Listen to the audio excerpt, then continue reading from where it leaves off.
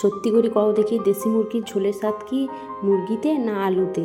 এটা কিন্তু কমেন্টে জানাইব। কার দল জিতে দেখি, মুরগি না আলু। আমি এখানটায় দেশি মুরগিটা সুন্দর জল ঝরাই লিছি ধুই করি, তারপরে লিছি ওটা পরিমাণ মতো পেঁয়াজ কুচি, নুন, আদা রসুন বাটা, হলুদ গুঁড়া, সরিষার তেল।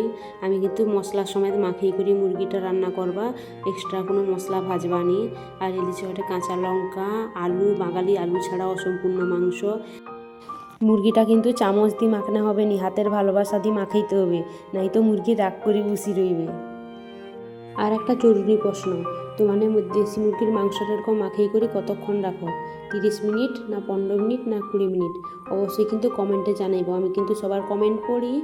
আমি এখানটায় কড়াইয়ে সরিষার তেল গরম করে নিয়েছি, আর দিচ্ছি ওইটে চিনির উপর অল্প পরিমাণে জিরা দিচ্ছি। তো আর একটা গুরুত্বপূর্ণ প্রশ্ন হয়টে, তোমার নাকি একে মুরগির মাংসয় চিনি দাও?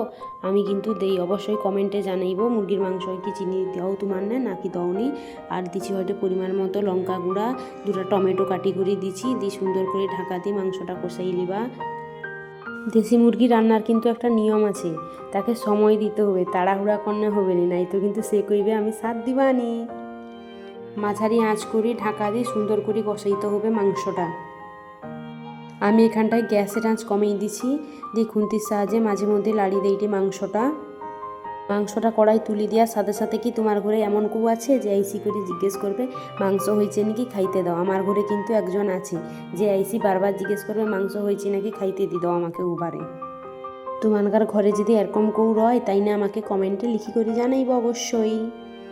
আজ আমি এমন একটা মুরগির মাংস বানাইটি যে পাশের ঘরের কাকিমা জানলা দিয়ে উঁকি মারি জিজ্ঞেস করতে আমাকে কি একটু ঝোল দিব, 2টা ভাত খাবা?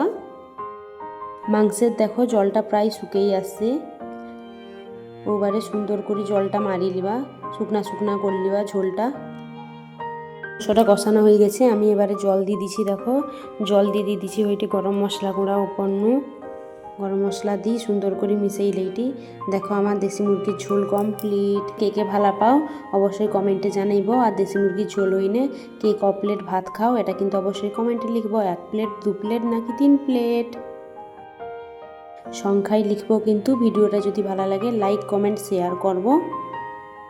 আমার মজার রেসিপি দেখার জন্য চ্যানেলটা সাবস্ক্রাইব করব, বেল আইকনটা টাপতে বলবো নি। দেখা হবে আবার একটা মজার ভিডিও নিয়ে। সবাইকে অসংখ্য ধন্যবাদ আমার ভিডিও দেখার জন্য।